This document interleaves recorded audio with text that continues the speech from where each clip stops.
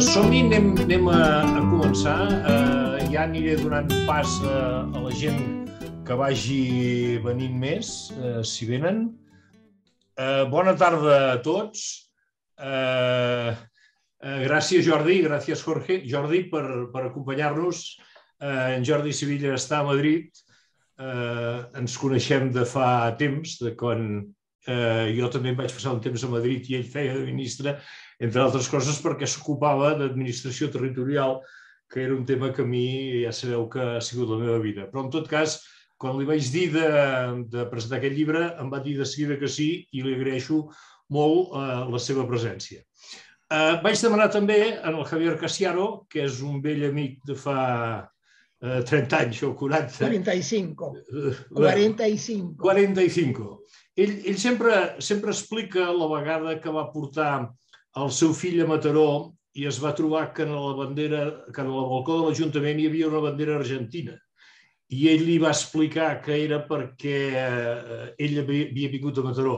No li va explicar que és que celebràvem una cosa perquè, bé, és que això de l'Argentina, ho hem parlat amb ell moltes vegades, és un invent quasi de Mataró, perquè dels 5 que proclamen la República de la Plata, 3 són de Mataró. I un els hi fa l'exèrcit, l'altre els hi fa la Hisenda i l'altre els hi fa l'himne nacional. Per tant, allò és una cosa que va haver un moment a l'any 88 que van fer una celebració i van penjar la bandera argentina d'allà i el Javier va dir, no, claro, es que esto es que ya era de tu, hijo mío. I no era ben bé això. Però bé. No fue, si me permites, mi hijo me preguntó, era chiquito, tendría unos 10 años, me dice, ¿qué hace la bandera argentina ahí? Y yo le digo, mira, Darío, como mi amigo, el Manel, que es amigo mío, sabe que tú estás aquí, ha puesto la bandera en tu honor. Y el tío dice, ¡ah! Se lo creyó, claro, inicialmente. Esa és l'anècdota. Molt bé, doncs el Javier, que ha treballat tota la vida en coses d'economia i crec que és un bon contrapart per comentar el llibre aquest, que és el que presentem avui, que és La España herida, las 6 brechas digitales, las 6 brechas sociales y cómo corregirlas, del Jordi Sevilla. La presentació de l'autor i del llibre corre a càrrec del Javier. Javier, cuando quieras, adelante. Vale, muy bien. Perfecto. Buenas tardes y gracias por venir. Con Manel, como decía, nos conocemos hace 45 años, allí en los inicios de la UGT. Antes que Manel se dedicara a la política local, como ya conocéis. Me preguntó si a mí me interesaría, si me haría gracia presentar un libro al final ya de la temporada. Yo lo único que le pregunté es, ¿quién es el autor? Y me dijo, Jordi Sevilla. Ah, le dije sí. Y antes de conocerlo, antes de leer el libro, ya le había dicho que sí. Luego lo único que hice fue confirmarle que me había parecido muy interesante y que estaba encantado de poder presentarlo. No siempre ocurre que uno tiene el privilegio, porque es así, es el privilegio de presentar un libro que te ha gustado profundamente. Un libro que, como decía Manel antes, no es un libro sencillo, porque no está pensado como un libro sencillo. Yo creo que este libro, creo que el Jordi ya lo explica, que es un trabajo profundo, un trabajo de gran calado, que tiene una característica, yo diría, más académica que un libro para el público general. Y a veces, mientras lo estaba leyendo, la pregunta que me hacía era, ¿qué trabajo habrá costado para poder traducir esta cosa más académica, más profunda, pero al mismo tiempo más pesada, más dura, más ardua para leer, en una forma más ágil, más liviana, más, yo diría hasta accesible, de algo que realmente es duro, Es decir, cuando nosotros hablamos, por ejemplo, de lo que él llama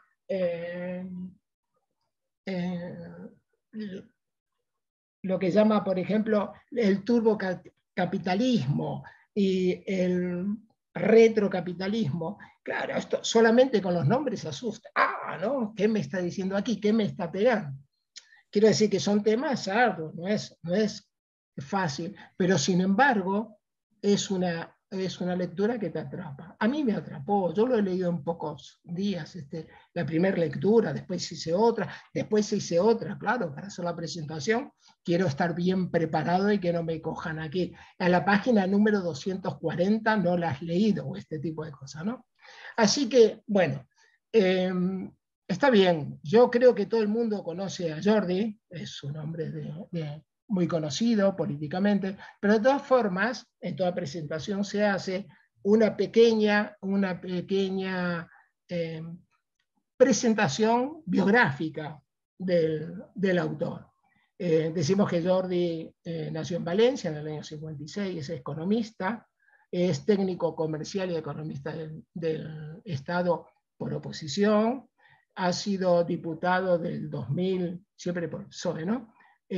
Diputado del 2000 al 2009, ha sido portavoz socialista de Economía del 2000 al 2004, ha sido ministro de Administraciones Públicas de 2004 a 2007, en el 2008 se retira y trabaja en la consultoría Pricewaterhouse, y ahí está desde el 2009 hasta el 2015. En el 15 vuelve o es coordinador económico del PSOE. En el 2018 ha sido presidente del grupo Red Eléctrica, del 18 al 20, y actualmente es consultor en una empresa que se llama Llorente y Cuenca. También, y en esto tenemos aquí algo de similitud, también ha sido profesor, se ha dedicado a la docencia en la Escuela de Organización Industrial, conocida como OI. Ha escrito muchos libros, y también tiene columnas, las cuales yo sigo en el periódico, columnas de actualidad, que es muy interesante. Bueno, es una persona muy conocida, es una persona muy formada, es un intelectual, podríamos decir, pero ojo, es un intelectual que ha manejado, que tiene contacto de la gestión real, no solamente de haber leído un teórico, ¿verdad? Y este tipo de cosas, sino que alguien que se ha mojado, ¿no? Se ha mojado con sus presupuestos, con sus acciones, con sus políticas, y por lo consiguiente es interesante leerlo. Yo lo aconsejo leer el libro porque está muy bien, y a la gente que tiene este tipo de interés por lo que nos está pasando en el país y en el mundo, ¿no? Yo creo que es un libro que nos aporta ideas, nos aporta algún tipo de solución, que uno puede estar de acuerdo o no, pero bueno, ahí están. Este libro se divide en dos grandes bloques. Hay un primer bloque que son, digamos, las cosas que rompen, ¿verdad? España, así él la titula, ¿verdad? Las cosas que rompen España. Y la idea sería esta. Parece que aquel consenso constitucionalista que tuvimos con el 78 se ha roto. Se ha roto definitivamente. Estamos en una situación donde, yo creo que pasa a nivel mundial, donde las poblaciones están rotas, están divididas, y en general un 50% y un 50%. Esto pasa aquí, pasa en América, pasa en muchísimos países, exactamente lo mismo. Y esta ruptura también lo que provoca es causa, pero también es consecuencia de este discurso del odio, de la mentira. Es decir, cuando uno está leyendo una noticia o escuchando la radio o viendo la televisión, tienes dudas. Yo constantemente tengo dudas que lo que se está diciendo es la realidad o no, me están mintiendo de una forma descarada, y bueno, y saben que hemos tenido casos constantes y permanentes de este tipo de cosas. Bueno, esto hace, ¿verdad?, que la ruptura de España se agudice y se profundice. Por el otro lado, también él comenta, voy a hablar poquito, porque lo que le vamos a dejar es que hable Jordi y que le dé la posibilidad de preguntas, ¿vale? Y entonces, la otra, dentro de este primer capítulo de las cosas que rompen España, él hace un trabajo profundo, realmente profundo, con respecto a qué es lo que está cambiando, ¿no? ¿Qué es esto que cambia? ¿Qué es la ruptura de la cohesión social? ¿Qué es esto de la globalización? ¿Qué es esto del cambio climático? ¿Qué es la revolución de los algoritmos y la computación? Que todo esto nos está provocando unos cambios que no estamos preparados. Por algún momento se dice por ahí que nosotros todavía seguimos actuando con una política que se corresponde al siglo pasado y no a lo que está pasando en la actualidad. Bueno, después de hacer esto, y quiero pasar rápido,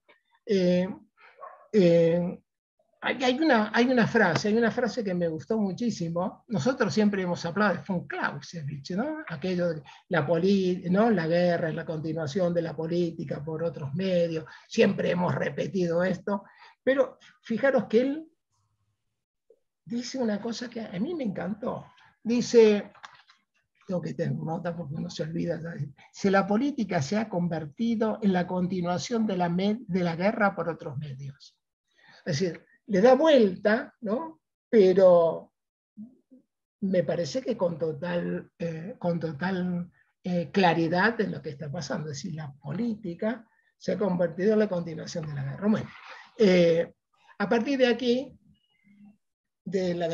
que habla, ¿verdad?, en qué situación estamos, en la democracia del insulto, como el odio, los tweets, las mentiras, las news, este tipo de cosas, ¿verdad?, donde la política se transforma en un reality más, ¿no? Si uno ve, no quiero nombrar mucho, pero hay ciertos canales, ¿verdad?, donde se habla constantemente de temas políticos y parece más que estuviese viendo en la casa de Gran Hermano que un tratado de política actual.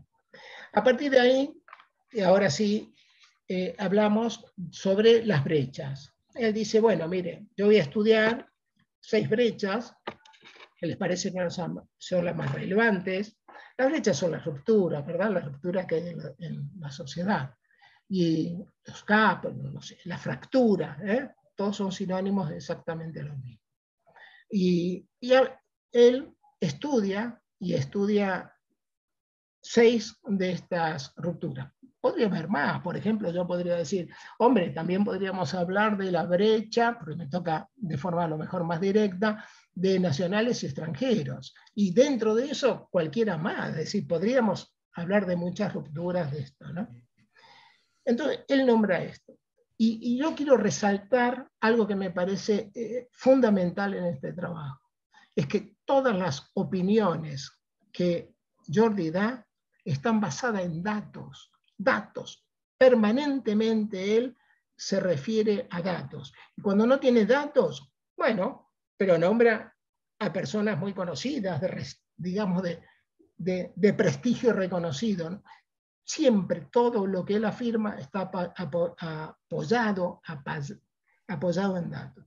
No solamente son esos, algunas veces uno lee libros, ¿verdad?, que más que un tratado, un ensayo, parece que fuese escrito por un periodista. ¿Qué opina, no? Yo opino, yo creo, me parece, la cosa va por aquí, la cosa por allá. Bueno, él no hace esto en absoluto.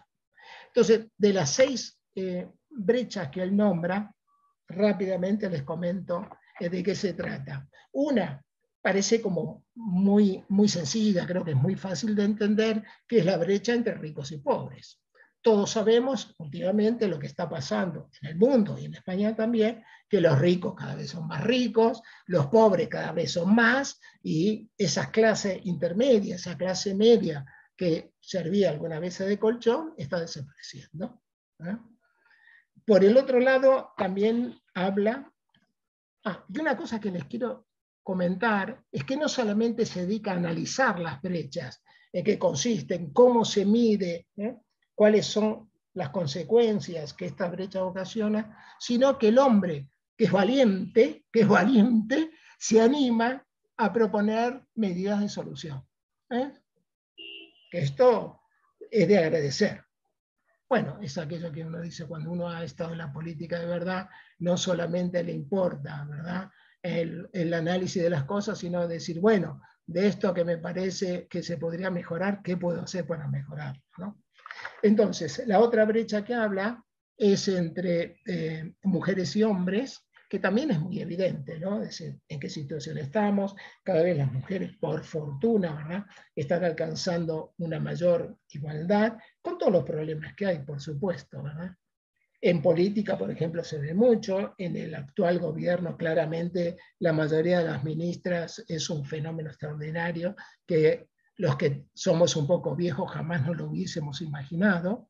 Y a pesar, digamos, de estos avances que se van dando, también hay problemas, ¿no? Hay problemas con el tema de trabajo, con el asunto del más trabajo que hacen las mujeres con respecto a los hombres, los que nos cuesta a los hombres aceptar lo de igualdad, ¿no?, con respecto a las mujeres, y no solamente decir, yo te ayudo, tengo que poner la mesa, yo te ayudo, ¿no? Si las mujeres trabajan más horas que los hombres y con ciertos, y este condicionamiento de la casa, del cuidado, condiciona también su condición laboral.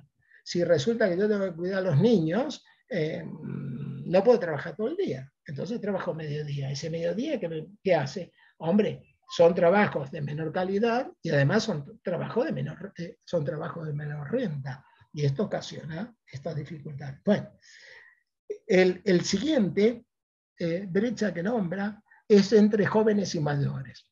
Los que somos mayores ya lo estamos viviendo, esto en carne propia. A veces los jóvenes nos miran diciendo, viejos, ¿qué dices? ¿No? No, la situación que hoy pasan fenómenos tales como, por ejemplo, nosotros los mayores, de media, tenemos una renta superior de los jóvenes que están trabajando.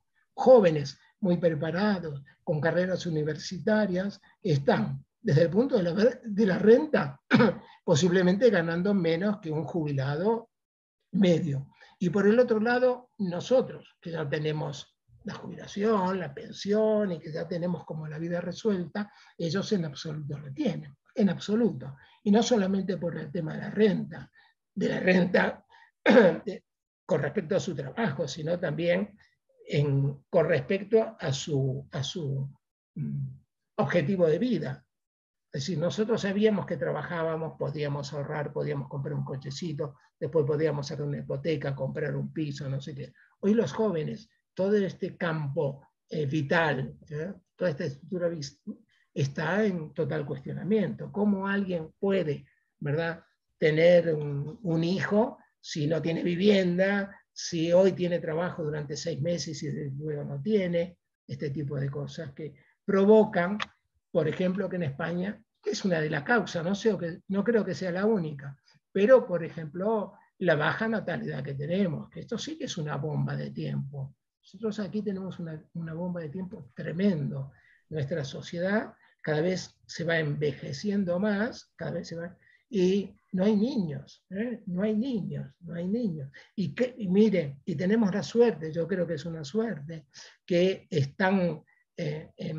tenemos estos niños, no quiero decir fundamentalmente, pero también gracias a esta inmigración que tenemos, que hace que tengan muchos hijos. Muchos hijos. Bueno, luego la siguiente brecha, cómo pasa el tiempo, parece mentira. Pensé que iba a hablar solo 10 minutos, pero claro, esto de ser argentino es un drama. Dice, en la facultad, te juro que en la facultad me decían, os lo juro, y ahora como estamos amigos lo puedo decir, me decían, dice, un argentino es aquel que puede hablar hasta de lo que sabe. Entonces, sigamos. Danos tiempo para bueno, eran amigos y colegas, son capaces de decirte estas barbaridades y uno se tiene que reír. Bueno, la otra brecha que aparece es entre el mundo rural y el mundo urbano. Esto es un fenómeno internacional, mundial. Cada vez las sociedades van a los centros urbanos, las razones son multísimas y cada vez el campo está quedando más despoblado. En España es tremendo. Tenemos unos índices de población por ayuntamientos muy bajos. Bueno, y las dificultades que van apareciendo, ya conocen aquello de Teruel existe, y esto que provoca, lo que provoca este abandono del campo, es producto de varias cosas, desde la globalización, ¿verdad? Donde son capaces de venir aquí productos que antes ni teníamos, le digo desde el punto de vista de la alimentación, productos que ni sabíamos que existían, a precios mucho más baratos, en condiciones diferentes, que esto hace, claro, que la rentabilidad y todo este tipo de cosas bajen. Por el otro lado, también las posibilidades de desarrollar trabajos de mayor calidad a la gente que vive en los pueblos. No hay posibilidad. El problema de la sanidad, el problema de la educación. Ya saben ustedes que en un pueblo de esto, cada vez que se cierra la escuela es la muerte del pueblo. Por eso intentan, hay varios intentos, por ejemplo, hay uno que se llama Hola Pueblos, que intentan traer gente con hijos, ¿verdad? Sobre todo para que no les cierren las escuelas, para que haya niños y el pueblo pueda seguir funcionando. Y ahora viene lo duro. Aquí viene lo duro, y que aquí le voy a dejar una gran parte a nuestro amigo Jordi, porque lo duro es la brecha entre, es que me gustó el nombre, se los digo sinceramente, me cuesta difícil decirlo, pronunciarlo, pero es que me gustó, lo que llama el turbocapitalismo, es decir, un capitalismo a turbo, como los coches turbo, y otro retrocapitalismo. Entonces, ¿qué dice? Ya desde el inicio dice, nosotros tenemos aquí un modelo industrial totalmente dual. Aquí tenemos, por un lado, empresas exportadoras, digitalizadas, que han salido al mercado exterior, ¿no? Grandes empresas, interesantes, modernas, pero al mismo tiempo tenemos una gran cantidad de empresas pequeñas y medianas que se han quedado, que no están, que tienen poca digitalización, que no salen al mercado internacional, que no están con las nuevas técnicas de elaboración, que al mismo tiempo originan problemas desde el punto de vista del empleo, tienen los peores empleos, tienen los empleos desde el punto de vista del empleo, ¿no? Donde yo diría que hay la mayor explotación. Para mí la mayor explotación no se da en la Ford.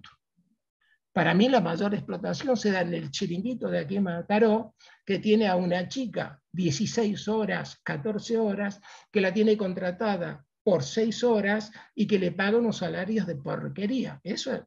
Pero claro, el que tiene el chiringuito es el gran capitalista mundial. No, es un tipo... Javier, tendrías que ir acortando, por favor. Sí, listo, gracias. Gracias porque tengo un amigo aquí que me indica.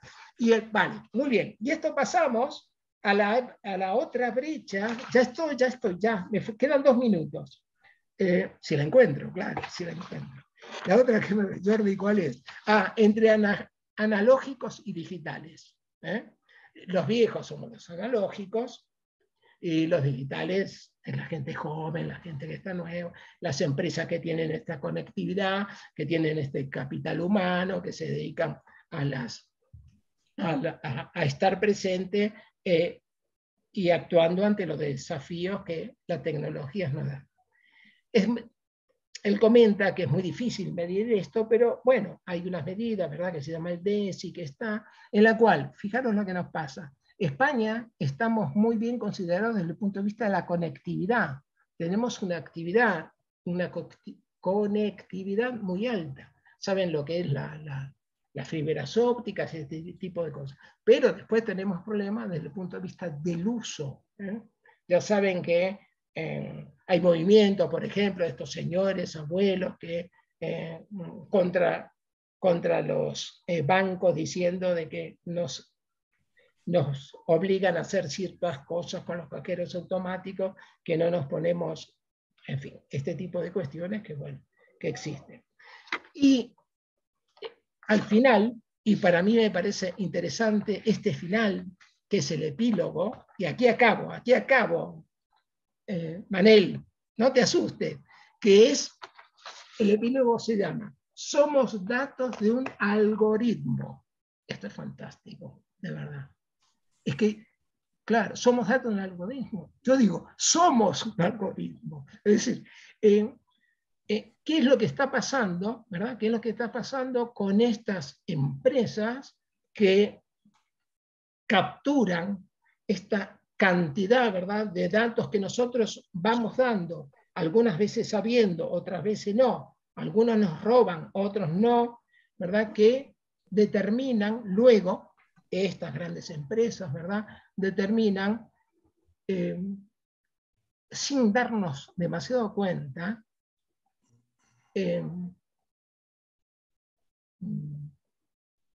decisiones que nosotros tomamos, pero que de alguna forma están mediatizadas por estas grandes empresas o por los clientes de estas grandes empresas. De hecho, esto nos pasa a todos. Si nosotros buscamos en el Google, no sé qué, una cafetera, a partir de ahí nos empiezan a bombardear con publicidades de empresas que venden cafeteras de todo tipo, ¿no? Y esto es inmediato. Pero esto crea un gran problema, que es el problema de la privacidad, ¿no? Sí, por un lado, esto es el futuro, porque es la inteligencia artificial, es todo esto que este nuevo mundo al cual nosotros estamos espectadores realmente, pero crea estos problemas de que al final la distopía esta del gran hermano la podemos tener a la vuelta de la esquina, ¿no? Y con esto acabo, y ya le damos la palabra a Jordi, y se los recomiendo porque vale la pena. Gracias, Xavier. Jordi, adelante. Bueno, pues oye, muchísimas gracias. Yo, la verdad es que si fuera inteligente y mi objetivo fuera vender el libro, yo no intervendría más y ya está, se me ha hecho la propaganda, la publicidad, y a partir de ahí, pues oye, comprarlo y luego ya lo leéis o no, pero por lo menos lo compráis, ¿no? Lo que pasa es que yo, en fin, ya hacía mucho tiempo que me he dado cuenta que desde luego no me voy a hacer rico, pero desde luego nunca me lo haré escribiendo libros, y por lo menos el tipo de libros que yo escribo, ¿no? Por tanto, no lo he hecho por eso, ¿no? Lo he hecho porque quería tener este tipo de reuniones, este tipo de contactos, este tipo de diálogo, ¿no? con gente como vosotros, que de alguna manera hemos compartido, creo yo, una cierta visión del mundo, de las cosas, de cómo funcionábamos, de lo que éramos, de a dónde queríamos ir y de cómo establecíamos los procedimientos para ir a donde queríamos ir. Y de repente, por lo menos a mí me pasó que empezaron a ocurrir cosas que yo no entendía. Yo jamás entendí que Trump fuera presidente de Estados Unidos, jamás entendí el Brexit, jamás entendí que Le Pen fuera el segundo partido en Francia o que Vox entrara en el Parlamento de España. Otras muchas cosas tampoco, pero cito estas porque seguramente unen a más gente. No entender no quiere decir no aceptar. Esa es la segunda fase, ¿no?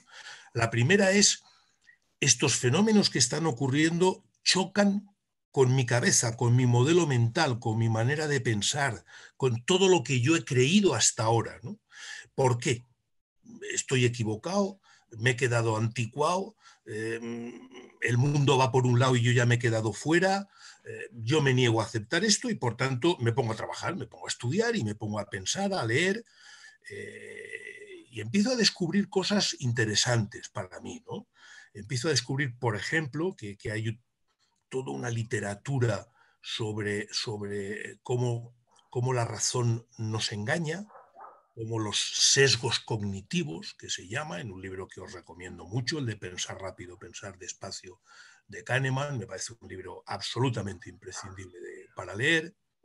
Cómo, por tanto, no nos podemos fiar de la razón siempre y al 100%, lo cual no quiere decir no fiarse en nada, sino que hay que ser cauteloso a la hora de la razón. Esto lo refuerza un libro de Hay, La mente de los justos, que también lo cito ahí, en el que da un paso más y dice, recupera esta idea antiquísima, los estoicos ya hablaban de ella, de que somos razón y pasión, somos razón y sentimientos, y que no podemos mantener al margen nuestra manera de sentir y de apasionarnos entre nosotros. Es más, Hay da un paso y dice, en esta mezcla complicada y un poco como Jano con dos caras, entre razón y sentimientos, predominan los sentimientos.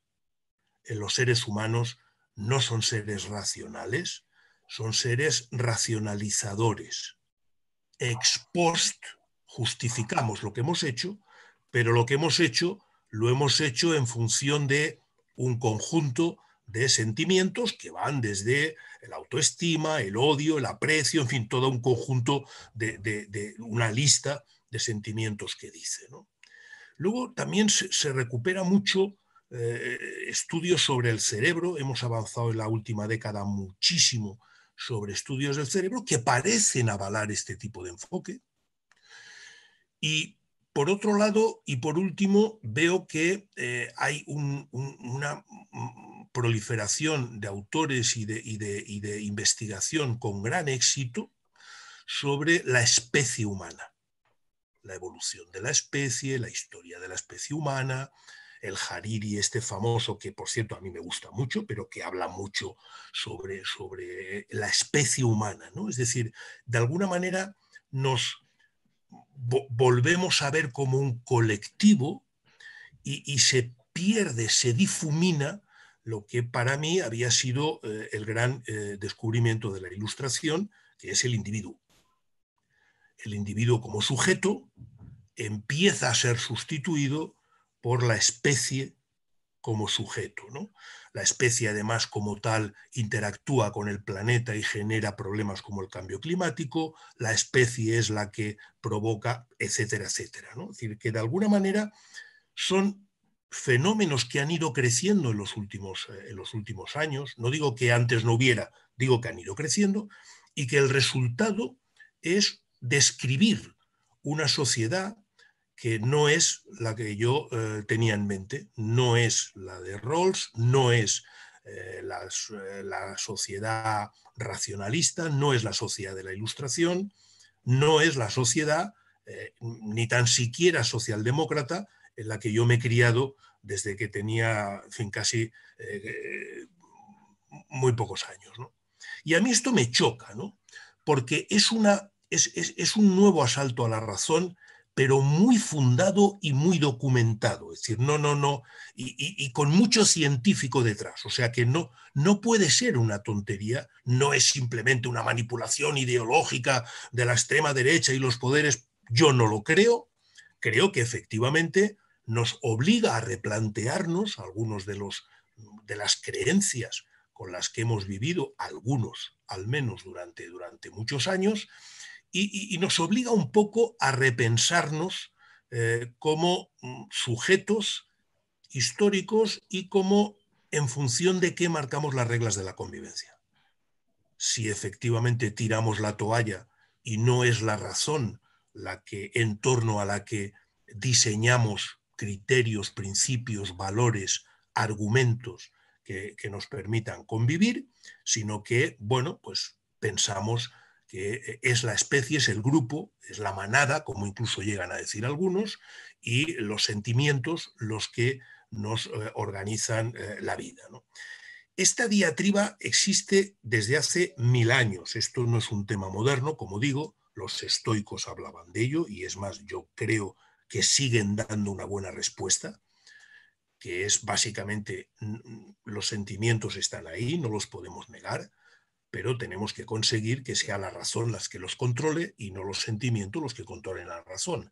Y esto, que es más fácil de decir que de hacer, implica una actitud vital, una educación a favor de la razón, entre otras cuestiones porque en lugar de favorecer esa idea de la especie animal como uno más, reivindica la naturaleza humana y mucho vinculada a la razón como factor diferencial respecto al resto de animales, ¿no?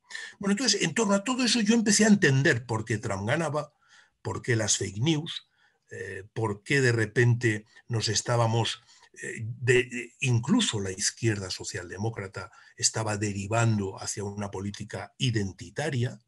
De repente el concepto de ciudadano y de ciudadanía se iba desleyendo y era mucho más importante los grupos, son las mujeres, son los homosexuales, son los LGTBI, son los grupos que se identifican con determinado tipo de valores y que tienen un reconocimiento de grupo en tanto que grupo, y se va perdiendo en tanto que ciudadanos.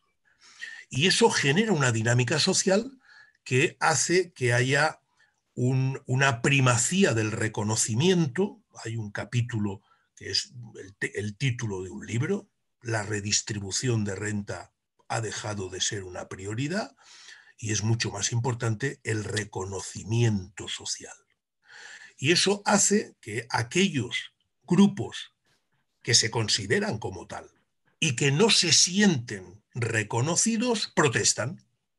El caso más evidente es el de los chalecos amarillos en Francia, pero yo encontré ahí, bueno, yo y los que lo han estudiado encontraré ahí la razón de por qué Trump gana las elecciones, porque de repente se dirige y le da el reconocimiento a los damnificados por la globalización, a ese grupo tan importante de, además, blancos, anglosajones, protestantes, etcétera, del centro de Estados Unidos, de ciudades como Detroit, que se han quedado al margen de la globalización y de los que además nadie habla. Todo el mundo habla de los inmigrantes, todo el mundo habla de los negros en América, todo el mundo habla del Me Too, de las mujeres, pero de ellos nadie habla, excepto Trump.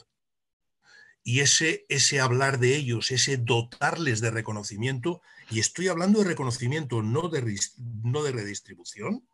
Trump no gana porque prometa darles dinero, recursos o posibilidades u oportunidades, sino porque les reconoce como interlocutores sociales, hace que Trump gane con un discurso mucho más dirigido a sentimientos, y el odio es un sentimiento, que a la razón, ¿no?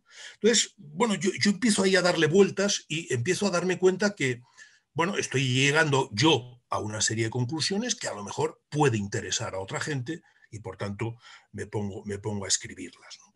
Y empiezo a darme cuenta que todo esto está generando y está consolidando unas brechas sociales que van mucho más allá del viejo concepto, en fin, que lo hemos oído todos los que estamos aquí, del España se rompe, y evidentemente solo se podía romper de una manera, que era en términos territoriales. Parece que era la única ruptura que preocupaba y la única ruptura que generaba titulares y debates parlamentarios. Las demás rupturas pues no tenían esta prioridad. Y yo empiezo ahí a introducir esta lógica de decir, mire, yo el debate de la ruptura territorial no lo quiero traer aquí ahora.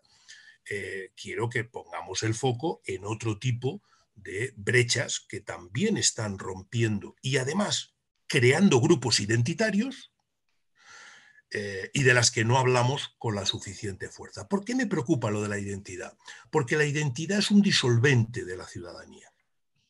Porque, por tanto, la identidad como concepto prioritario, yo no digo, o sea, todos tenemos identidades variopintas y todos somos, pues, estudiantes, jóvenes, viejos, mayores, y además del Barça o del Valencia, todos tenemos muchas identidades y además eres catalán o eres argentino, ¿no?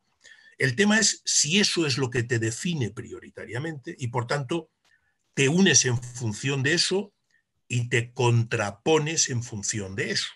Y por tanto, eso, que lo hemos visto mucho, pues en el fútbol, oye, el que es del Barça quiere que el Madrid pierda y viceversa, empieza a ser un comportamiento que se traslada a la sociedad y que se traslada a la política. Y por tanto, llega un momento en el que yo mismo me planteo hasta qué punto estos, y yo soy un socialista de toda la vida, o de los populares de toda la vida, no es también un pensamiento identitario. no es también un pensamiento que ya ha ido perdiendo su parte racional, su parte de explicación racional, de yo soy socialista porque creo en una serie de valores, principios, etcétera, y ya pasa a ser una camiseta. Oye, yo soy socialista porque soy socialista, punto. Y porque me opongo a los otros y viceversa, ¿no? ¿Y por qué me preocupa eso? Ya no solo porque rompa en grupos y diluya el concepto de ciudadanía, sino porque el concepto de ciudadanía y de individuo es el que, sobre el que hemos construido la democracia. Y los conceptos, identidades, grupos, reconocimiento, se construyen siempre, como mínimo, a diferencia de otros. Y en la mayoría de los casos acaban en contraposición a otros. Y eso genera una dinámica social de ruptura, una dinámica social en la que dejamos de hablar de lo que nos une y en la que toma la dirección de la convivencia pública y de la acción política lo que nos divide, lo que nos separa, porque eso es con lo que nos identificamos y eso es lo que nos hace reconocibles a nosotros mismos, ¿no? Y eso pone en riesgo la democracia. Y yo creo que el valor de la democracia en un mundo en el que, en fin, tenemos autócratas como Putin y autócratas como el modelo chino, que para mucha gente, oye, al final es muy eficaz, ¿eh? Al final esto de la democracia, vamos a ver si no es un lujo que no nos podemos permitir, etcétera, ¿no? Los más mayores recordaréis como yo, como el franquismo justificaba que hasta que no tuviéramos un nivel determinado de renta per cápita, no, la democracia no vendría, ¿no? O sea, en fin, gilipolleces de esas, pero yo creo que la democracia es un valor que hay que defender. Yo siempre lo digo, porque además la historia demuestra que cada vez que se ha cuestionado la democracia, vamos a la cárcel los mismos. Y yo ya estoy hasta los cojones de sentirme amenazado porque discrepo de un gobierno, aunque sea mi gobierno, o porque digo cosas que no gustan a alguna gente que con poder suficiente como para meterme en la cárcel, ¿no? Entonces, reconstruyo a partir de ahí, digo, si yo quiero defender la democracia, tengo que argumentar en base a qué la democracia es un sistema superior de convivencia que merece la pena ser defendido. Y tengo que reconstruir algunos de los principios de la Ilustración y tengo que reconstruir algunos de los principios y de los valores con los que se han forjado a lo largo de la historia la política democrática, por lo menos, la política de los demócratas y, en mi opinión, la política socialdemócrata. Esa es la esencia del libro, por lo menos la esencia que a mí me gustaría que quedara más permanente, ¿no? Es verdad lo que decía Javier, luego hay un trabajo que inicialmente fue muy académico y que me lo encargó, se lo ofrecí, me lo aceptó el Observatorio Social de la Caixa sobre las brechas. Es verdad que ahí he hecho mucho trabajo con los académicos, cada uno de ellos expertos en cada uno de los sectores, y la mayoría de las brechas me he acabado reuniendo con grupos de expertos que son los que han ido ofreciendo. Yo ahí he hecho un poco de, en fin, excepto la de turbocapitalismo y retrocapitalismo, que esa es mía. Esa es mía porque también necesitaba entender por qué España tenía el mercado laboral que tenía. Y como no me creo las teorías conspirativas, pues tenía que justificarlo y he llegado a la conclusión de que porque hay una clase empresarial muy importante en nuestro país que solo puede mantenerse precarizando el mercado laboral. Y por tanto, ahí hay una razón o una explicación o una causa, ¿no? En definitiva, he querido también utilizar, y termino, he querido también utilizar principio de racionalidad como constructo del libro.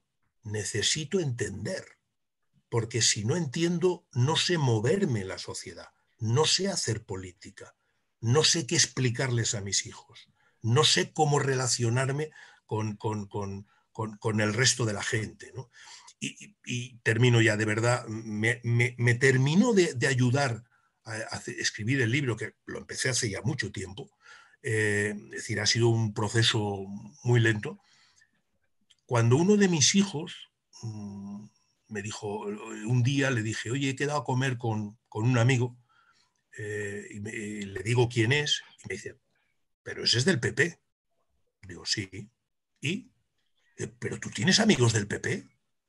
Y entonces dije, oye, vamos a ver, o sea, aquí tenemos un problema.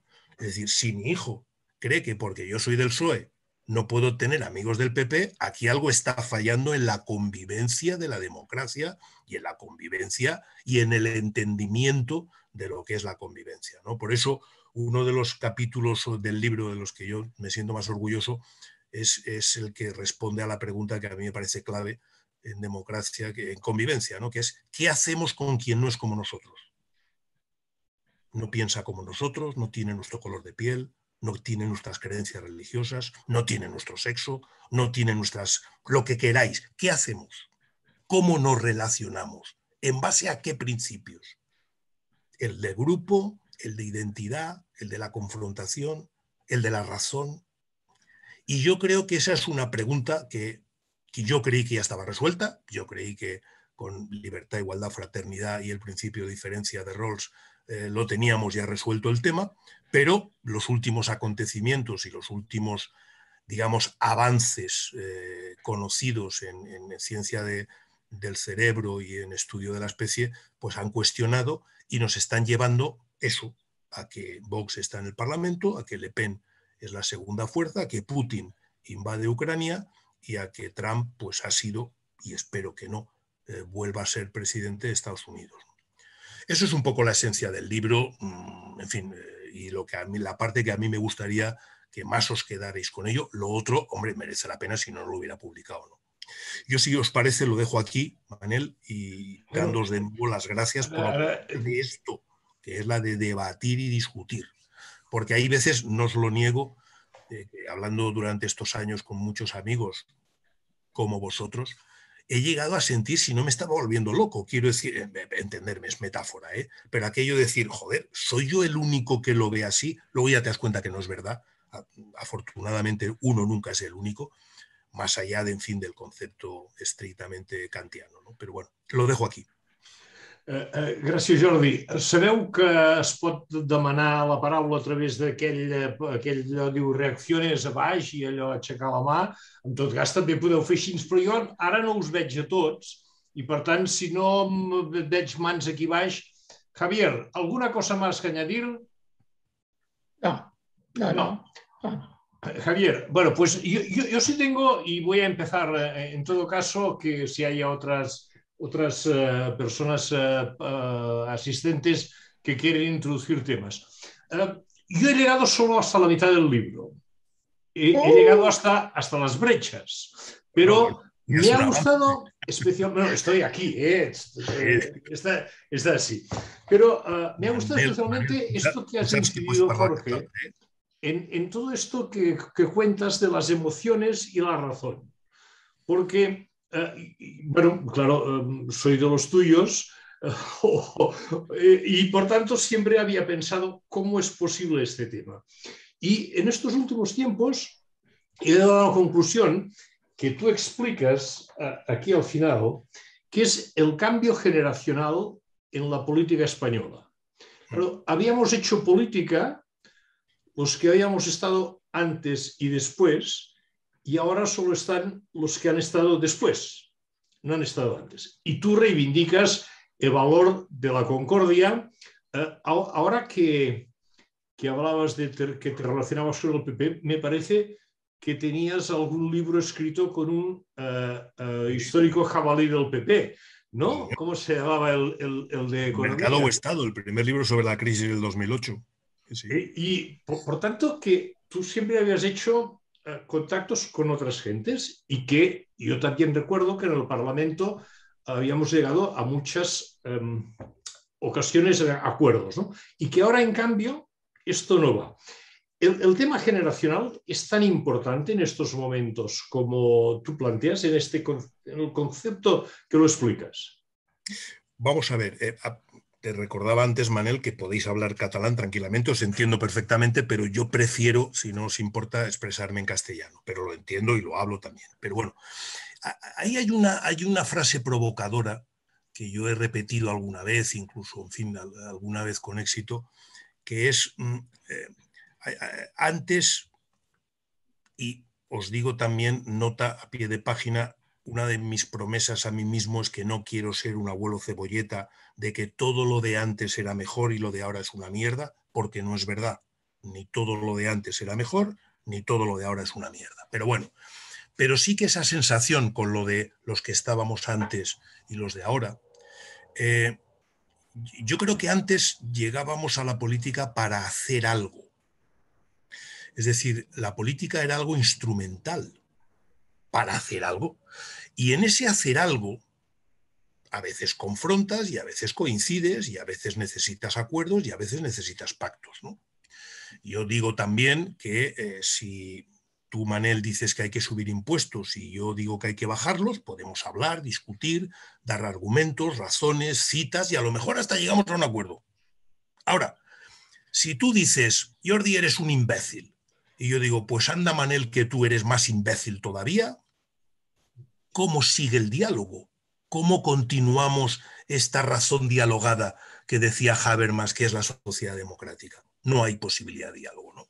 Entonces, antes yo que tengo la impresión que se hacía política para hacer algo. Y tengo la impresión, todo esto en términos, ha habido de todo, es un poco cuál es el vector dominante, ¿de acuerdo? Y en cambio ahora tengo la impresión que el vector dominante es hacer política para ser alguien. Y por tanto, la política es un fin, no es un medio, ¿no? Y eso cambia por completo todo el diálogo y toda la manera de relacionarse, porque si es un fin en sí mismo y es para ser algo, es el típico quítate tú para ponerme yo, punto. Y por tanto, hacer todo lo posible para quitarte y hacer todo lo posible para que luego tú no me quites, ¿no? Y eso a mí no me gusta. Es así, siempre lo ha habido. Hay quien dice que Maquiavelo pues me parece muy bien, pero siempre he dicho yo también que Maquiavelo y la democracia se llevan mal. No lo olvidemos, ¿eh? El pensamiento político de Maquiavelo es predemocrático. Por tanto, en fin, cojámoslo con las pinzas suficientes, ¿no? Y soy un admirador de Maquiavelo, ¿eh? No me malinterpretéis. Pero yo creo que ese cambio es más importante incluso que el generacional. Es verdad que se solapan, pero creo que es más un problema del valor y de la concepción de la política y del por qué y para qué uno hace política. Més coses, nois. Assistents, qui vol... Parlem d'algunes de les bretxes, no? Cap ciutat.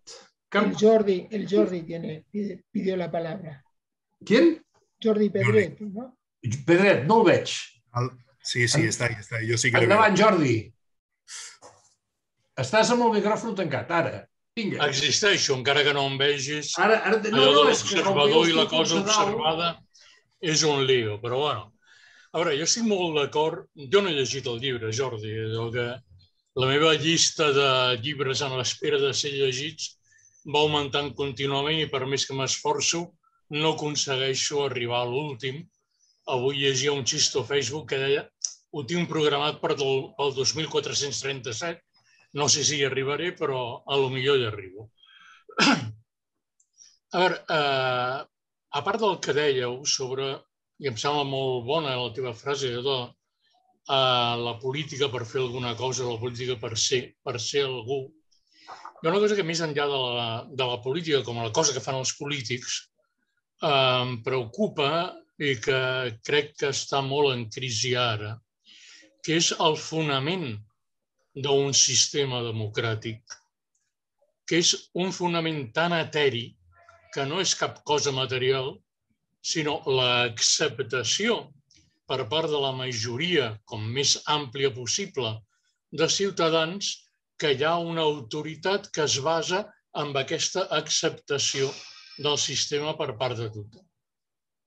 Aquí jo crec que en el nostre país i en d'altres, el cas de Trump em sembla claríssim, també em sembla claríssim l'atac a la democràcia, no només a la Unió Europea, que va ser la campanya del Brexit i les conseqüències que ha tingut, però que vam començar amb un atac als polítics La vam viure, em sembla que els tres estàvem al Congrés en aquell moment, la vam viure amb la decisió Bono, del president Bono, de suprimir segons quines coses que un periodista havia dit que eren privilegis dels diputats.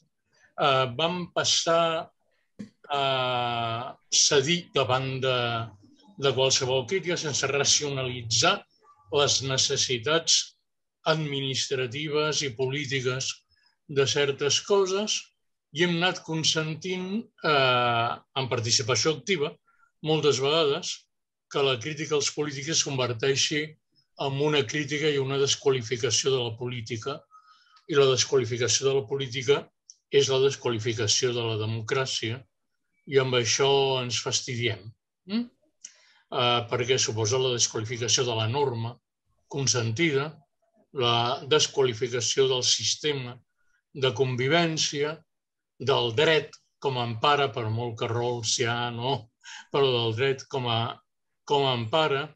No oblidem aquella frase atribuïda, sembla que no és veritat, però sempre atribuïda a Victor Hugo, de que el dret entre el ric i el pobre, entre el fort i el dèbil, és la llibertat i el no dret és l'esclavatge. I això té conseqüències molt complicades. Quan veus anava a dir l'anòmia, però això la paraula no és l'anòmia perquè normes en tenim a milions, masses excessives, absolutament impossibles de conèixer per ningú, però de la falta de sensació de que el compliment de la norma sigui alguna cosa important, perquè s'ha deixat de relacionar el compliment de la norma amb el respecte de l'altre i amb la convivència que té la seva base amb el compliment normatiu quan aquest és democràtic.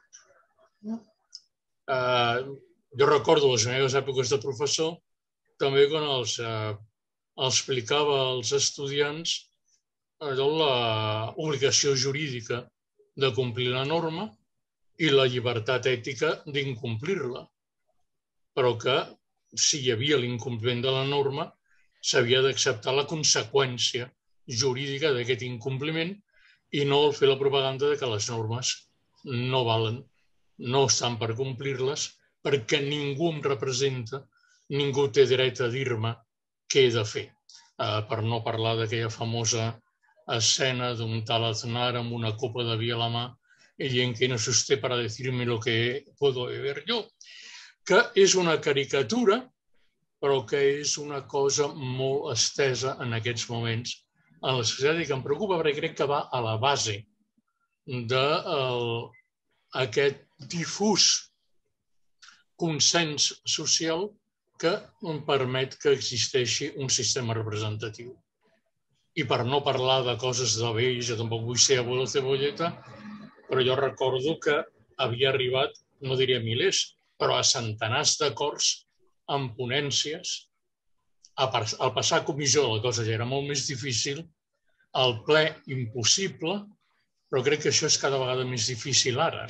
El ple és impossible i fa molt temps que era impossible.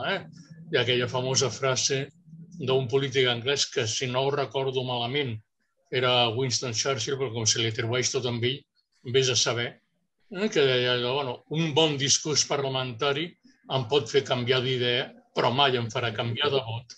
Això ja ho sabem, però la possibilitat de l'acord en seu parlamentària cada vegada més difícil i em temo que això es reprodueix en tots els àmbits en què s'hauria de fer política democràtica en el nostre país i em temo que en d'altres. No volia ser pessimista, però és que quan parlo d'això em surt la part una mica negativa. Però tot anirà bé, anirem endavant y sortirem d'això. Sí, lo que pasa, Jordi, tienes razón, y iremos por delante y saldremos, pero no está escrito en ningún lado. Es decir, si no nos ocupamos suficiente número de gente de ello, no está asegurado que salga así, porque si tú miras a la historia, me da lo mismo que sea la de España o la de la humanidad, hemos tenido muchos más conflictos y muchos más peleas y muchos más guerras incluso que periodos de paz y de convivencia, ¿no? En el caso de España es muy evidente, estos últimos 40 años es el periodo más largo en los últimos 200 que no tenemos guerra. Y no me refiero solo a la guerra civil, me refiero también a las guerras carlistas, me refiero también a los golpes de Estado liberales, conservadores, etcétera, etcétera, ¿no? La primera vez que no tenemos, ¿no? Es decir, ¿hasta qué punto? Y esto tampoco quiero yo ahora que salgamos todos pesimistas, porque yo no soy pesimista, pero sí que creo que tenemos que saber el terreno que pisamos, hasta qué punto no hemos vivido un periodo excepcional. Que por otro lado, que es lo mismo que yo digo siempre cuando hablamos de la transición, demuestra que es posible hacerlo. Demuestra que es posible hacerlo. El tema es, ¿por qué ocurre eso? Y ahí es donde yo creo que vamos un poquitín a lo que yo intento explicar en el libro de las razones que nos hacen ser lo que somos y social e individualmente, ¿no?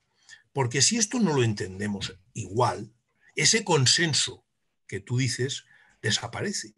Y esto es un problema que lo viví en la época del ministerio con el tema autonómico, y no quiero entrar, salvo que queráis vosotros, que yo no tengo temas tabús, en todo el tema del independentismo y del tema catalán. Podemos entrar, pero no lo digo por eso.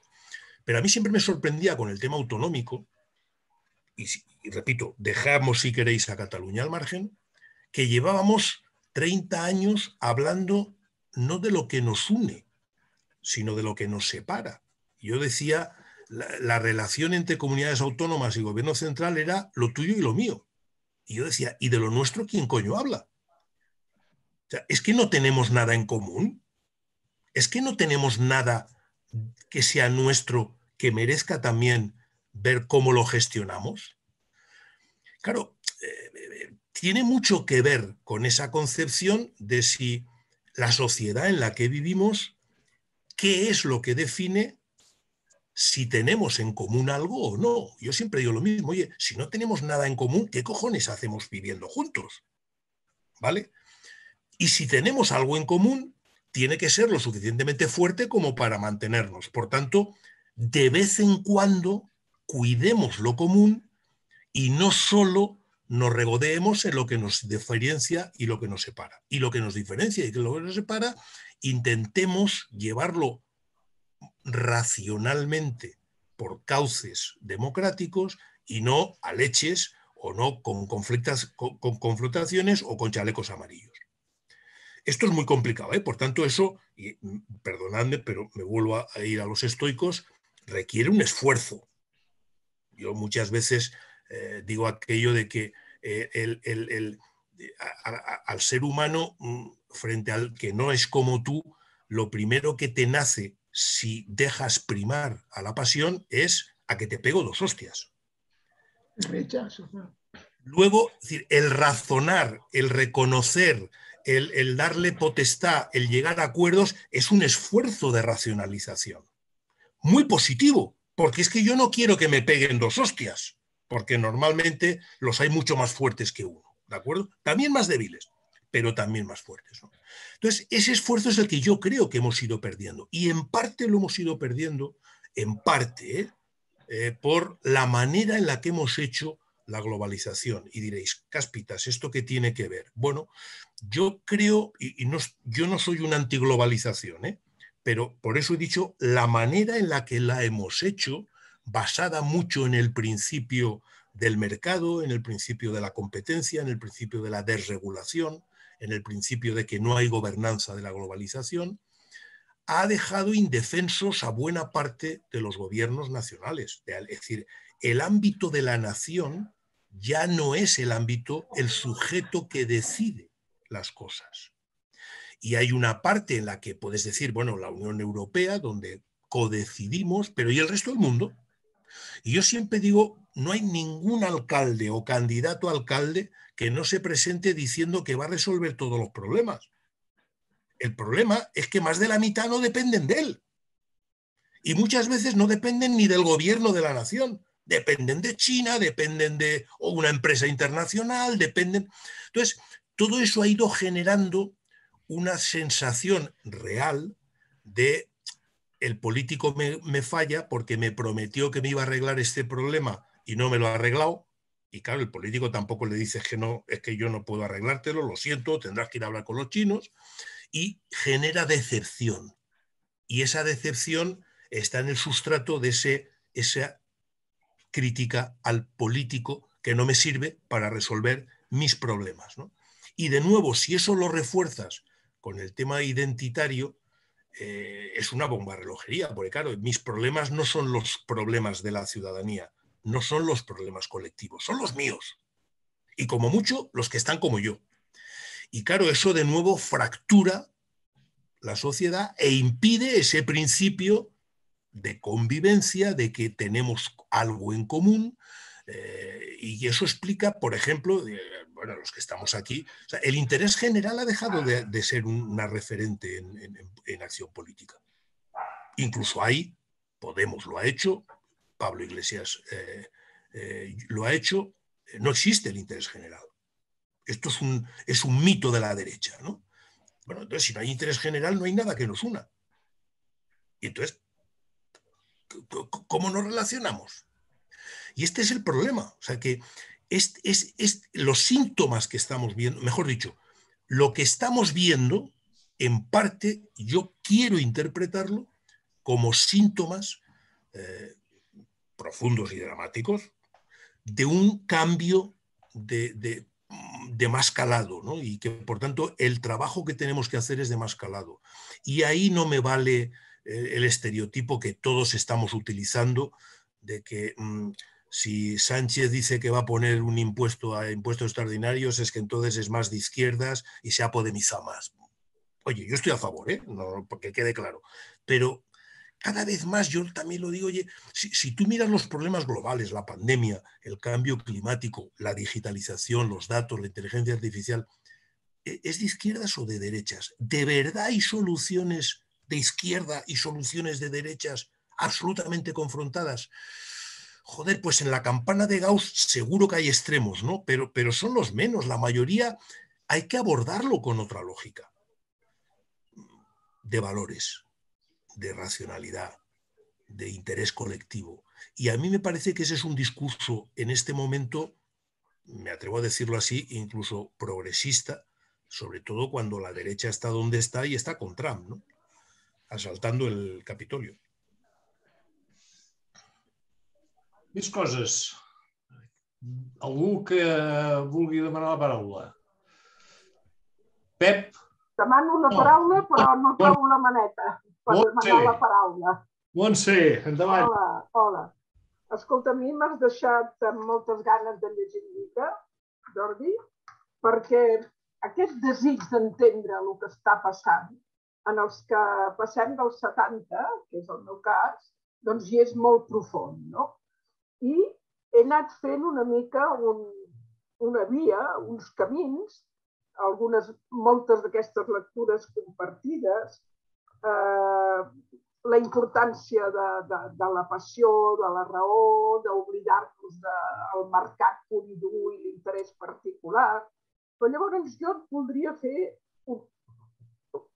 una pregunta, dos molt ràpides. Una, es presenta una mica al moment en què estic jo ara del pensament, a veure si il·lumines una mica.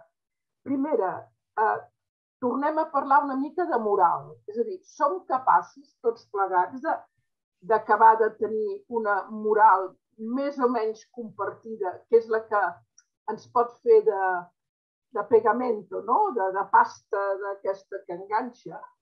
I després he acabat donant una mica la volta i tornant en els... Ara estic en un moment, com jo n'hi diria, de retorn a un marxisme molt bàsic de la meva època d'estudiant, en què les condicions econòmiques, d'acord, no són determinants, que és el que dèiem nosaltres, sinó que ara podríem dir que són importants. Són importants i malgrat l'emoció, malgrat la identitat, malgrat tot, quan la base econòmica trontolla, doncs passen coses i surten tot això. I resulta que la base econòmica està trontollant, entre altres coses, perquè som molts. Quan jo vaig néixer, érem, ara potser diríem disbarat, però potser érem 4 o 5 milions a la Terra, però ara som 8 o 9.000. Per tant, el canvi climàtic, els recursos, etc. No sé, jo estic en aquest embolic o garbuig de pensament que vaig llegint, com diu el Jordi, una llista de llibres, i el teu el posaré a la part de dalt, a Viadet. M'agradaria escoltar-te què has pensat sobre això. Muy bien, muchas gracias, Montse. Un placer volver a verte. A ver, por ir rápido, las tres cosas, por además es que las tres me interesan mucho. Me gustaría hablar más de valores compartidos que de moral compartida. Parece lo mismo, pero no es lo mismo. Pero ahí sí que creo que tenemos que recuperar esa batalla, ¿no? Yo, si hace ya tiempo, el libro aquel que algunos recordaréis, ¿no? de Nuevo Socialismo, ya reivindicaba una construcción de valores, un poco mezclando Rawls y la Revolución Francesa, con lo que, y aquí lo vuelvo a copiar, lo de libertad, igualdad y fraternidad, y yo siempre añadía, pero en serio, no de broma, sino en serio, las tres, y fraternidad, que no es solidaridad, que muchas veces la izquierda lo hemos confundido y hemos hablado, no es lo mismo. Fraternidad es quién es el demos, quiénes somos nosotros, y por tanto afecta directamente a este problema. Y el hecho de que el concepto de fraternidad de los tres haya sido históricamente el menos desarrollado por los ilustrados y la izquierda es la mejor prueba de hasta qué punto es un discurso en el que nos hemos sentido incómodos, no lo hemos abordado y por eso a lo mejor estamos donde estamos. Pero yo sí que creo que hay que recuperar esa idea y sobre todo el principio de dos cosas. Uno, esos valores los tiene que definir ¿quién? ¿La razón o los sentimientos? Yo creo que los tiene que definir la razón, teniendo en cuenta seguramente los sentimientos, pero los tiene que definir la razón. Y dos, esto hay que pelearlo. Hay que pelearlo. No. Hay una gran diferencia entre el saber lo que uno tiene que hacer y hacerlo. Yo cuando doy charlas, pongo un ejemplo, dejando al margen las creencias religiosas. Yo no soy creyente, pero respeto a todo el mundo. Y es, oye, si uno lo mira en plan laico, los 10 mandamientos pues son bastante razonables, reglas de convivencia, hombre, no matar, no robar. La Iglesia lleva 2000 años para que los cumplamos. Por tanto, el problema no es saber lo que hay que hacer, sino hacerlo. Y eso requiere educación, entrenamiento, convicción, en fin, una actitud muy vigilante y muy proactiva. Dos, voy al final porque lo del marxismo igual es el próximo libro que hago si es que vuelvo a hacer algún libro. Yo he sido marxista, pero marxista además de los de Marx, o sea, de los que me leí El Capital en su momento en la facultad. Incluso el Marta Harnecker lo tenía muy subrayado. ¿Qué le vamos a hacer? El tema de la gente es un tema que a mí últimamente me preocupa. Me preocupa y de hecho creo que hago una referencia también en el libro. Es verdad lo que tú dices. O sea, en el siglo XIX éramos en el mundo en torno a 1.500 millones. Ahora estamos en 8.000. Hostia, eso no pasa gratis. O sea, eso... Por una parte, no puedes decir es una mala... No, significa avances en sanidad, muchas cosas positivas, pero es evidente que si concebimos el planeta como una nave espacial, afecta de una manera determinante a los dos principios que deben de regular el funcionamiento de una nave espacial, y es la energía que lo mantiene y como decía Bildin, ¿y qué haces con los residuos? ¿Qué haces con la basura? ¿Cómo gestionas ese asunto, ¿no? Y no es lo mismo hacer eso con 1.500 que con 8.000, es evidente. Más allá del tema del envejecimiento de una parte, porque sí, aquí Europa está envejecida, pero África, vamos, o sea, está rejuvenecida para los próximos 25 años según todos los estudios demográficos, ¿no? Pero a mí me parece que con demasiada frecuencia hemos olvidado este factor que no tiene por qué ser maltusiano, no tiene por qué serlo, pero que evidentemente afecta de una manera muy clara a la política. Si los pensionistas en España no fueran 6 millones de votantes, os aseguro que la pensión no se revalorizaría con el IPC. Seguro, ¿de acuerdo? Entonces, es decir, es evidente que esto condiciona, ¿no? El tema del marxismo, yo le he dado muchas vueltas, pues ya te digo yo, en fin, no soy, dejé de serlo, pero no soy anti, ¿eh? O sea, no. Es más, creo que en economía, desde luego, Marx hizo varias aportaciones muy, muy interesantes para entender el funcionamiento del capitalismo, ¿no?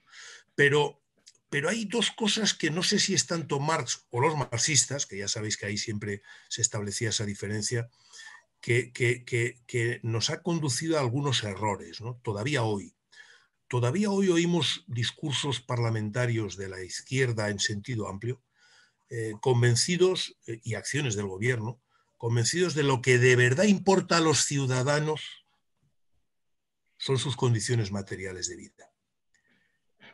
Y yo no lo tengo tan claro. No digo que no les importe, por favor, la gente que no llega a fin de mes. Todo eso me lo sé, no me lo digáis, me lo sé, ¿no? Pero esos que no llegaban a fin de mes, cuando la policía venía aquí a Cataluña y eran los que decían a por ellos, a por ellos, a por ellos, ¿no? Es decir, ¿hasta qué punto no consigue su voto mucho más movilizando y canalizando determinado tipo de identidades y de sentimientos que diciéndoles que va a mejorar su renta per cápita? Vuelvo a lo que decía antes y está en el libro, y es el título de un libro, que lo cito ahí: Reconocimiento y no redistribución. Si eso es así, y hay que pensarlo, yo no digo que sea así, pero si es así, a lo mejor una parte de la política que está haciendo la izquierda, o como la está contando, hay que matizarla. Hay que matizarla, ¿no? Y por otro lado, el marxismo o los marxistas, que como herederos claros de la Ilustración y de la racionalidad y todo este tipo de cosas, se ha cometido un error que a veces seguimos cometiendo, que este es el error de las vanguardias, ¿no? Es decir, y es que cuando tú le expliques a la gente la verdad, todos se van a convertir. O sea, cuando la gente acepta la explotación del capitalista porque no es consciente de ella. En el momento en el que tú les hagas ver la verdad, entre comillas, tu verdad, claro, pero en fin, es la verdad, la gente va a reaccionar no solo dándote la razón, sino llevando adelante lo que marca la doctrina, ¿no? No es tan simple. No es tan simple. Primero porque la verdad no tiene por qué ser, que tu verdad no tiene por qué ser la verdad, y por otro lado porque, vuelvo a mi punto inicial, saber lo que uno tiene que hacer no significa que lo haga. Y entender esto, por ejemplo, todavía nosotros, seguro que los que estamos aquí, nos sorprende que un trabajador vote a Vox. ¿Por qué? Porque seguimos prisioneros de esa visión. Es que un trabajador, coño, es que es la clase obrera, es que es el futuro, es que es el... ¿Por qué? Porque seguimos arrastrando unos esquemas marxistas que yo creo que han funcionado. Es evidente que sin eso no se entendería buena parte de la historia del 19 y del 20.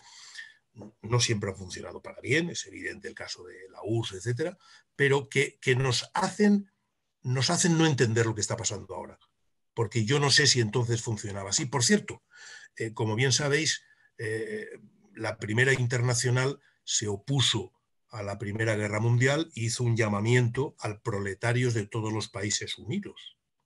Y por tanto, la Primera Guerra Mundial era una confrontación de las burguesías nacionales en la que la clase obrera no tenía ni arte ni parte ni tenía que participar, ¿no?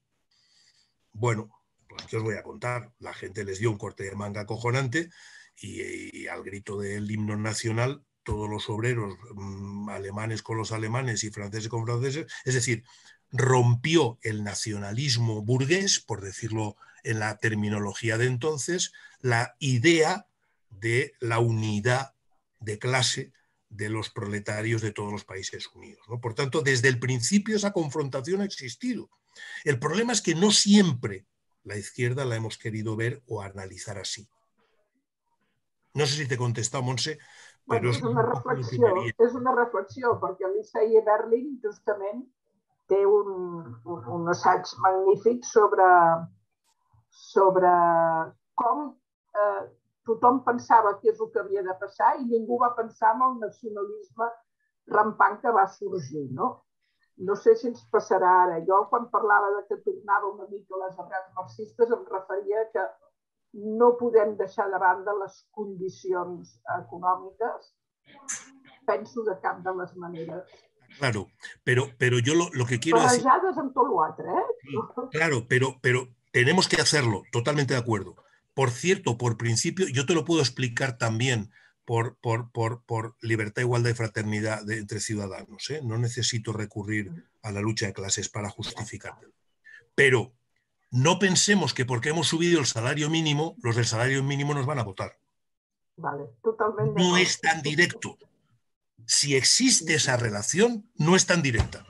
O está muy mediatizada, podríamos ir ahora a Althusser y los aparatos ideológicos, también podríamos hacerlo, ¿no?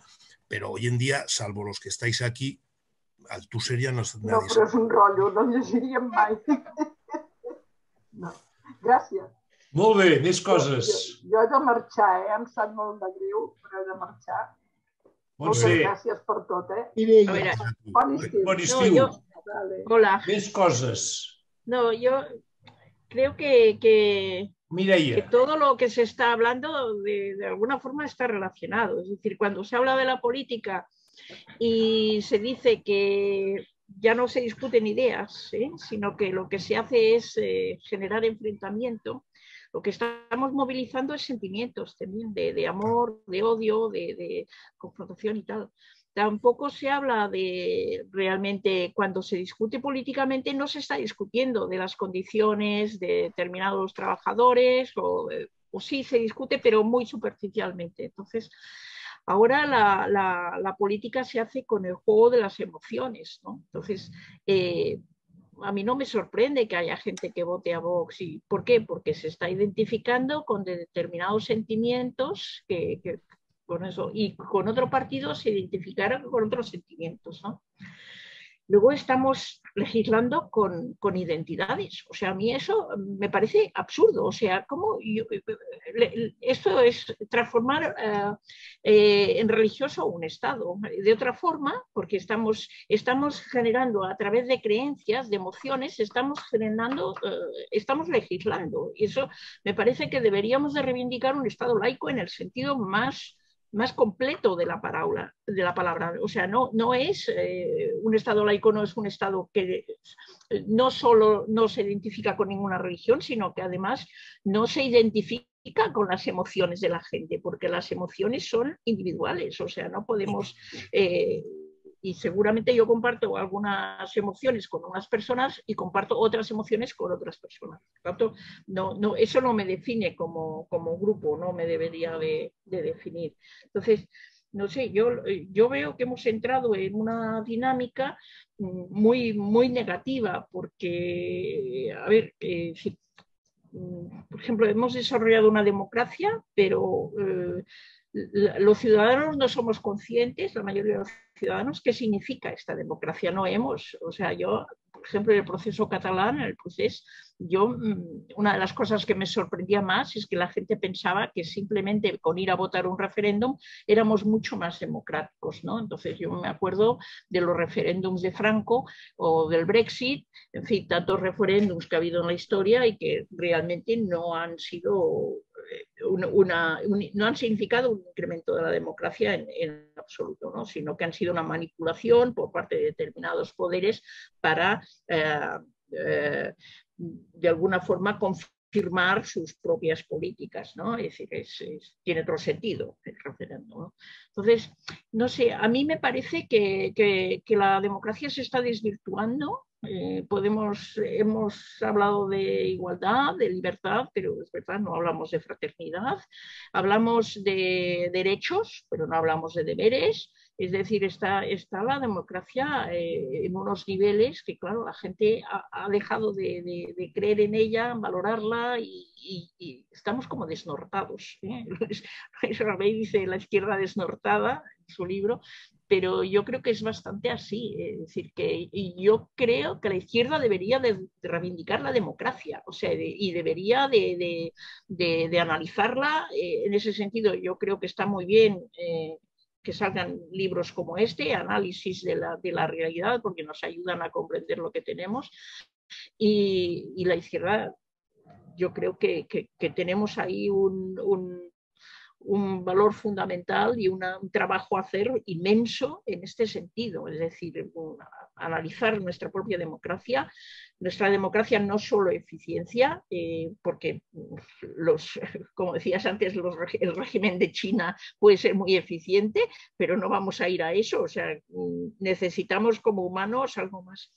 Y luego el sentido de lo humano como algo planetario, como algo global, yo creo que también lo tenemos que reivindicar. Es decir, antes Javier hablaba de lo negativo que es, que no nazcan, que haya poca natalidad en España y tal, pero yo creo que ese análisis hay que hacerlo globalmente. Yo estaría más con Jordi Sevilla, es decir, en el sentido de que hemos crecido mucho, quizá por las políticas estas nacionales, es decir, que haya muchos jóvenes, que en todos los países se generen muchos jóvenes, y no verlo de una manera global. Es decir, hay jóvenes suficientes en el mundo como para producir suficientes pensiones. Lo que tenemos que hacer es unas políticas de inmigración que sean, si cabe, más redistributivas en cuanto a población, ¿no? Es decir, y analizar el planeta como algo que, bueno, es como una casa de todos y que, bueno, tenemos que conservarla porque si no, es que no vamos a sobrevivir, ¿no? Es decir, sí. Yo no puedo añadir nada, totalmente de acuerdo, vamos. Me parece que estoy de acuerdo, vamos, no tengo nada más que decir. Moltes gràcies. Què més? Algú més s'atreveix? No? Veig que no hi ha ningú que demani la mà. Doncs anirem tancant, quasi és hora també. Jordi, moltes gràcies per el llibre. Jo us el recomano molt perquè aquesta reflexió que ell ha fet de les emocions i dels sentiments i de la racionalitat és un dels temes que en parla molt i que explica molt tot el que ha pensat, i és el que m'ha fet pensar a mi de tot el que porto llegit del llibre, no? I crec que és un tema a reflexionar sobre tots nosaltres i sobre el que fem. En tot cas, Jordi, moltes gràcies. Javier, no te veo, estar en algún sitio por ahí. Gracias por prepararte la presentación. Creo que has explicado a todos nuestros asistentes lo que era el libro y que entre tú y el autor creo que nos habéis acuciado a que yo que lo acabe de leer y la gente que tenga una buena lectura este verano. A tots vosaltres, moltes gràcies per haver-nos acompanyat una setmana més. Avui amb la presència, cal dir-ho, de la presidenta de Federalistes d'Esquerra, allò que a mi em fa molt d'honor que avui ens hagis, Mireia, acompanyat, i altres vells companys de molts anys i molts dels assistents que durant aquests temps ens heu anat seguint. Pararem durant l'estiu perquè ara ja estem per altres coses, però probablement, ja us avanço que em sembla que el 15 de setembre n'hi haurà alguna. Almenys vaig quedar amb l'Steven Fortí, que ens parlaria de Democràcia 2.0. Bé, ell havia estat per Mataró i vam dir, home, fer-ho tot seguit, ho deixem per més endavant, i vam deixar pel 15 de setembre, però després segurament tindrem en Lluís Rabell, encara que en Lluís, vicepresident de Federalistes, està una mica tot arreu aquests dies per presentar el seu llibre, però també crec que és important que el portem aquí i anirem fent altres coses. En tot cas, que tingueu un bon estiu. Reitero, Javier, Jordi, Mireia, moltes gràcies per estar amb nosaltres. Adéu-siau. Gracias a vosotros. Adéu-siau i moltes gràcies. Gràcies.